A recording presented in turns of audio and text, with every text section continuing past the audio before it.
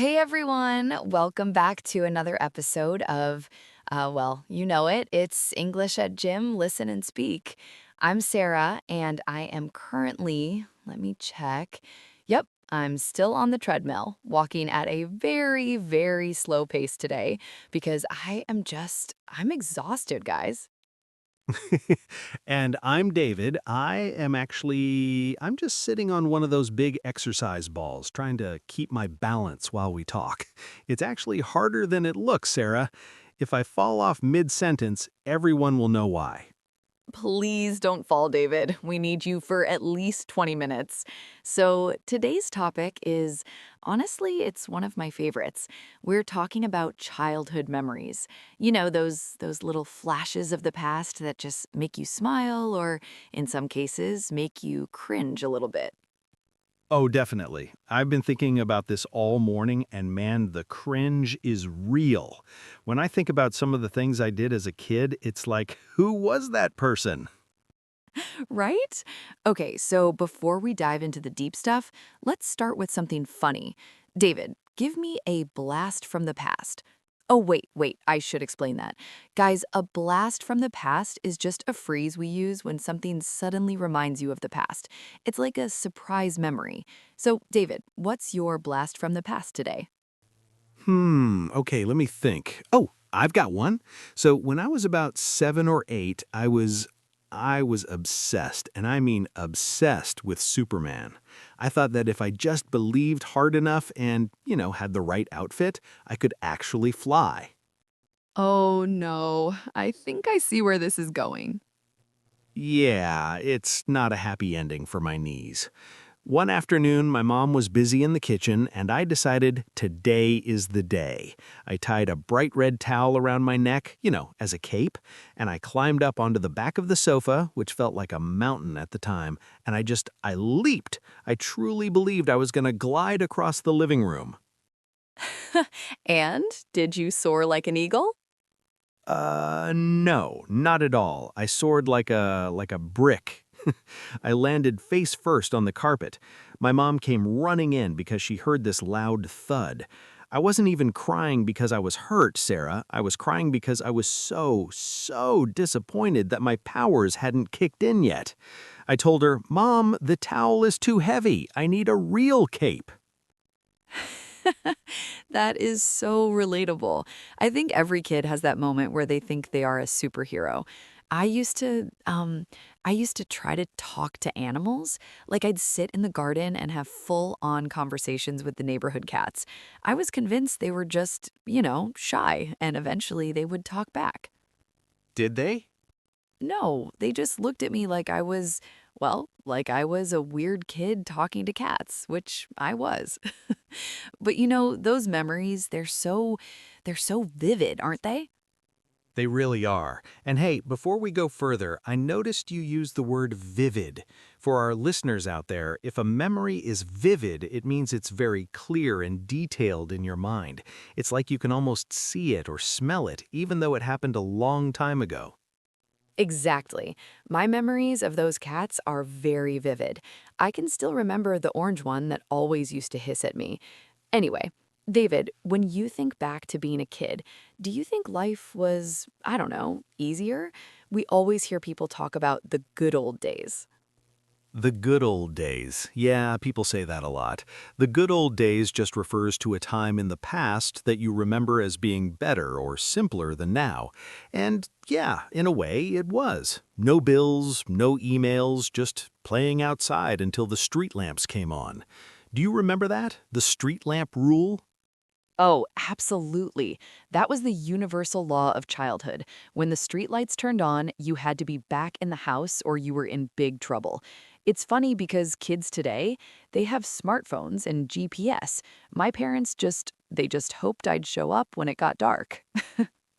Right, it was a different kind of freedom.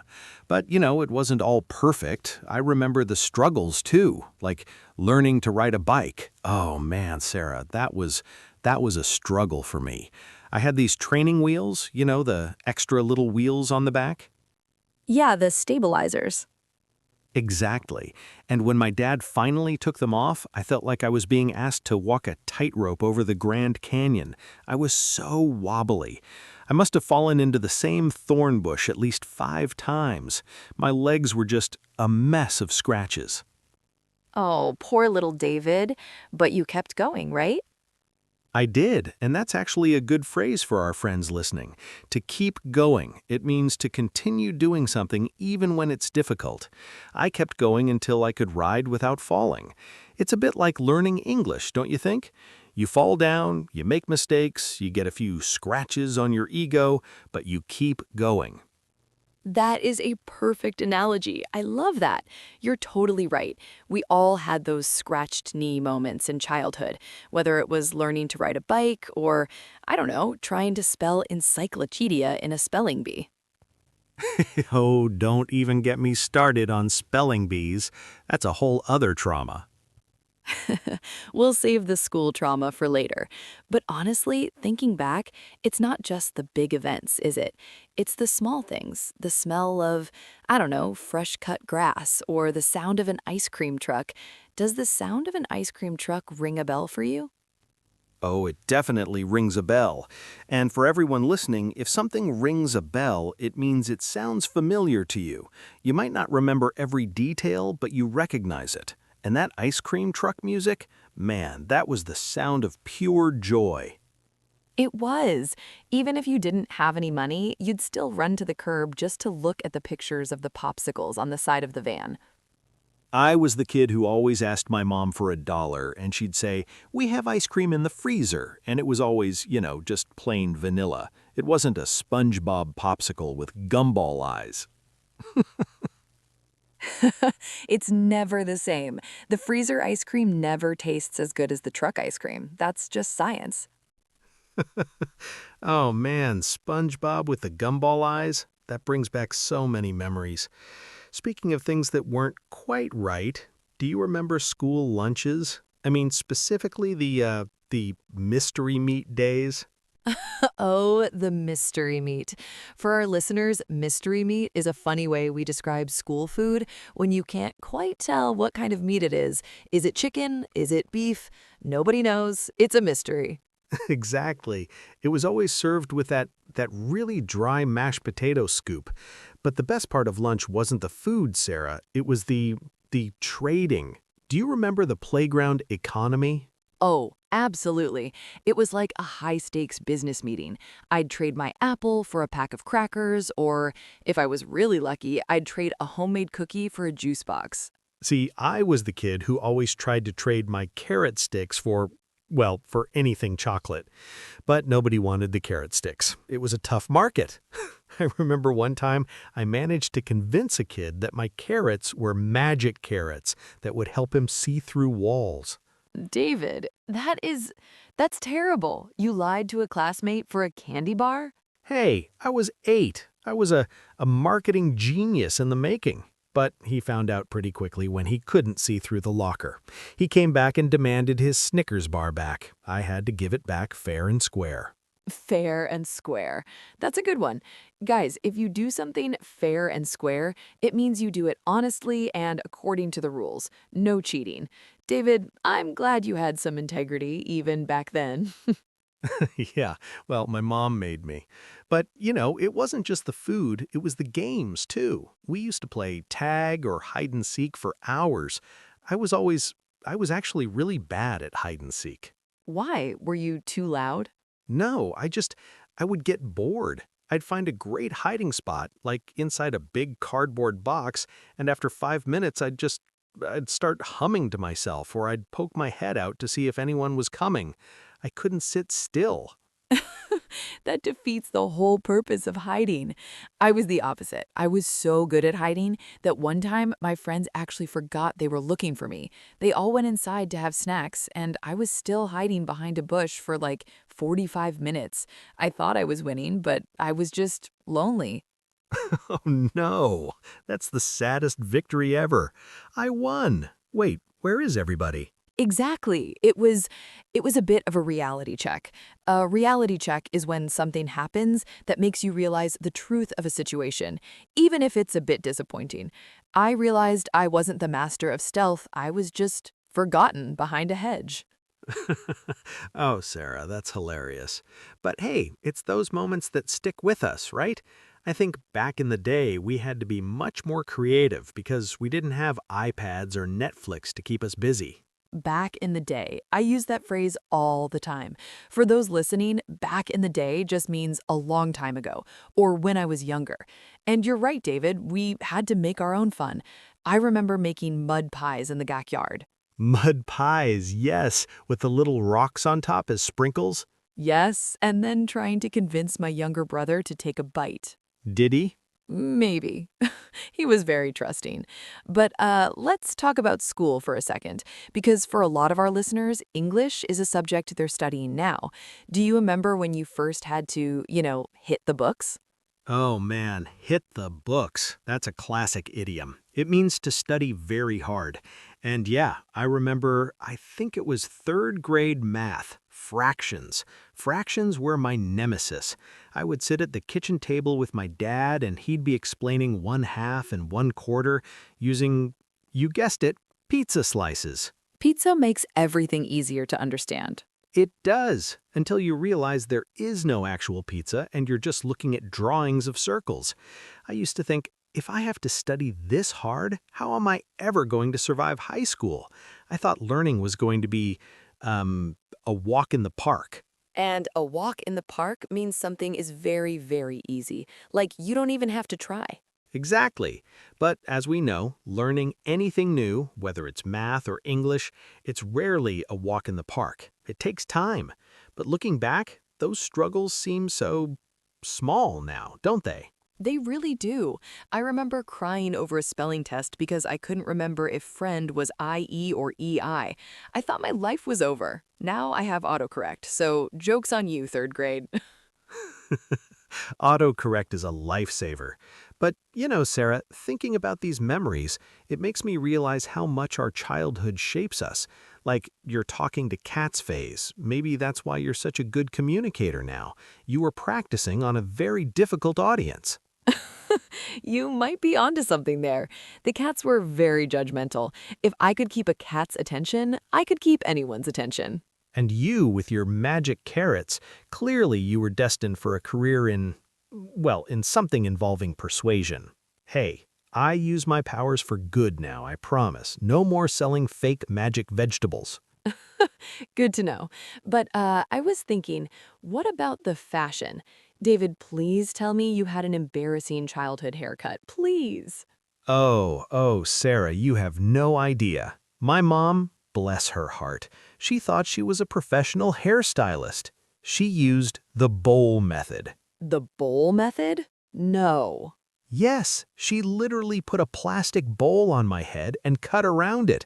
I looked like I looked like a mushroom for 3 years straight. Every school photo from 1995 to 1998, I am just a mushroom with a smile. A mushroom with a smile. Oh, I can see it now. That's a classic look, David. It was definitely a bad hair day that lasted 3 years. A bad hair day is when your hair just won't behave. But for me, it was just my life.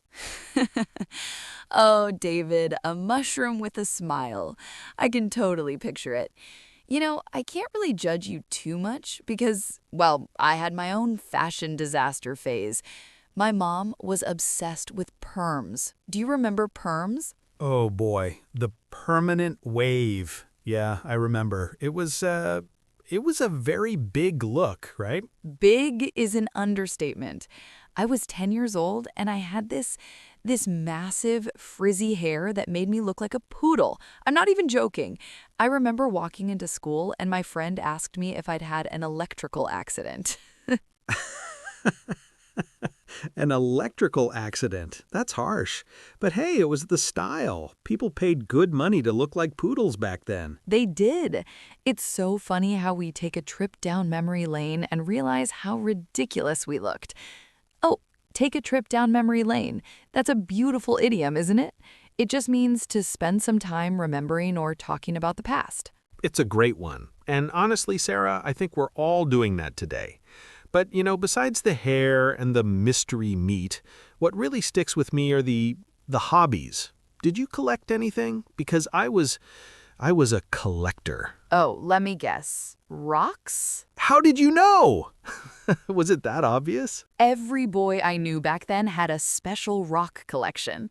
It's true. I had a shoebox under my bed filled with, well, mostly just gravel from the driveway, but to me they were precious gems. I'd spend hours washing them and organizing them by color. My mom used to get so annoyed because she'd find rocks in the washing machine after doing my laundry.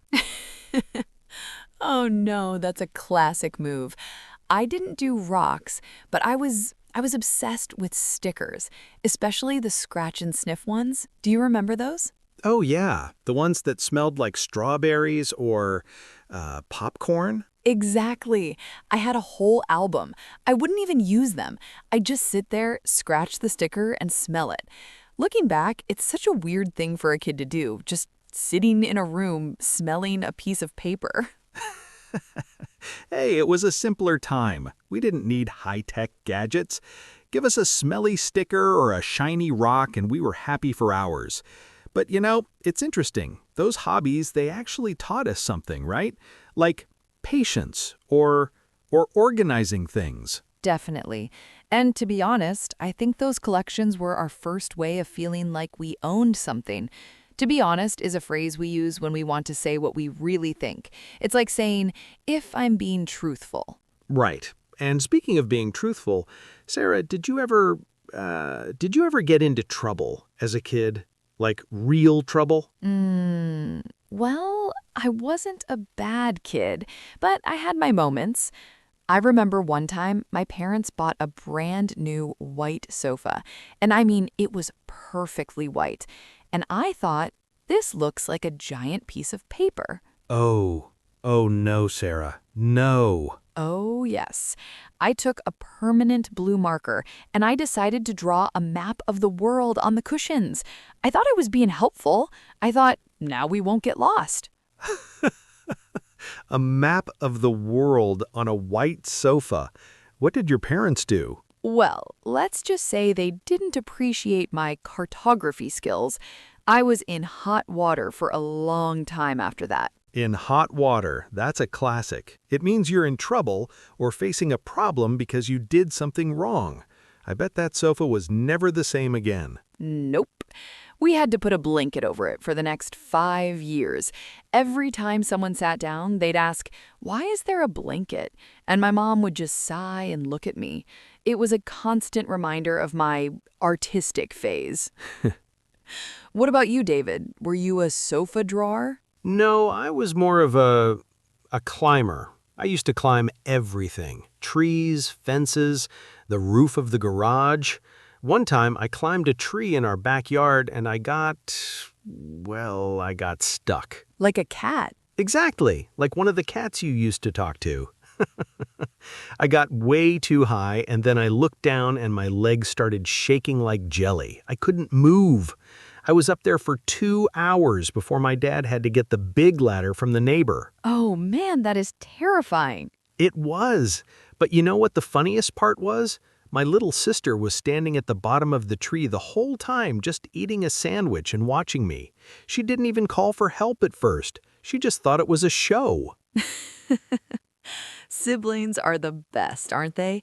They really know how to push your buttons. Oh, they definitely know how to push your buttons. For our listeners, that means to do something that you know will annoy or upset someone. My sister was a professional at it. Most siblings are. But you know, David, despite the hot water and the stuck in a tree moments, there's something so warm about these memories.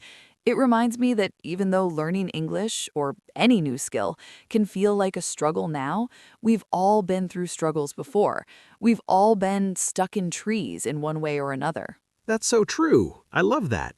And looking back, the things that felt like a piece of cake, things that were very easy, we don't remember those as much. We remember the things that were a bit hard or a bit messy. Precisely. It's the challenges that make the best stories, like family road trips. Oh my goodness, David, did your family do the long car ride vacations? Oh, don't remind me. 6 people in a small car with no air conditioning for 8 hours? Yes. The "Are we there yet?" every 5 minutes? My dad had a rule. If anyone asked, "Are we there yet?" he would pull over and make us wait for 5 minutes in silence. It was it was torture. Your dad sounds like a genius. My parents just used to give us those little travel games, where you have to find a certain color car or a certain license plate. It kept us busy for about, 10 minutes.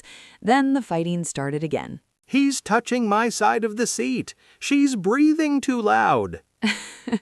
Exactly. She's breathing too loud. How is that even a crime? But when you're a kid in a cramped car, everything is a crime. It really is. But then you'd finally arrive at the beach or the campsite, and suddenly all the fighting was forgotten. You were just happy to be there. That's the beauty of it. You go through thick and thin with your family. Through thick and thin. I like that. It means staying together and supporting each other through both good times and bad times, like a long car ride or learning a difficult language. Exactly. We're all in this car together, listeners. And even if you feel like you're breathing too loud or you're in hot water with your grammar, we're going to get to the destination eventually. Breathing too loud? I'm still stuck on that, Sarah. My sister used to say the exact same thing to me. I think it's a universal sibling law. But man, talking about all this, it really makes me feel, I don't know, nostalgic. Oh, that's a perfect word. Nostalgic is when you feel a happy but also slightly sad longing for the past. It's like a warm hug from a memory. And honestly, David, looking back at our mushroom haircuts and magic carrots, it reminds me that it's okay to be a beginner. It's okay to make mistakes. You're so right. Whether you're 7 years old trying to fly with a towel or an adult trying to master English phrasal verbs, the process is the same. You try, you fail, you laugh about it, and you try again. Exactly. So let's do a quick recap of some of the gems we shared today. A recap is just a short summary of what we talked about. Okay, I'll start. We had a blast from the past, a sudden surprise memory. Vivid, very clear and detailed. The good old days, a time in the past remembered as being better or simpler. To keep going, to continue even when things are hard. Rings a bell, sounds familiar. Mystery meat, unidentifiable school food. Don't forget fair and square, honestly and by the rules. A reality check, a moment that makes you realize the truth. Back in the day, a long time ago, hit the books to study very hard. A walk in the park, something very easy. In hot water, in trouble. Push someone's buttons to annoy someone on purpose. Through thick and thin, together through good and bad times. Wow, we actually covered a lot. See, learning doesn't have to be a struggle. It can be just like a conversation between friends. It really can. And to all our listeners out there, thank you for joining us on this trip down memory lane. We hope these stories made you smile and maybe even helped you remember some of your own childhood adventures. Yeah, and hey, if you enjoyed today's episode of English at Gym, Listen and Speak, do us a huge favor. If you're listening on YouTube, hit that like button and subscribe. It really helps the channel. And we want to hear from you. What is your most vivid childhood memory?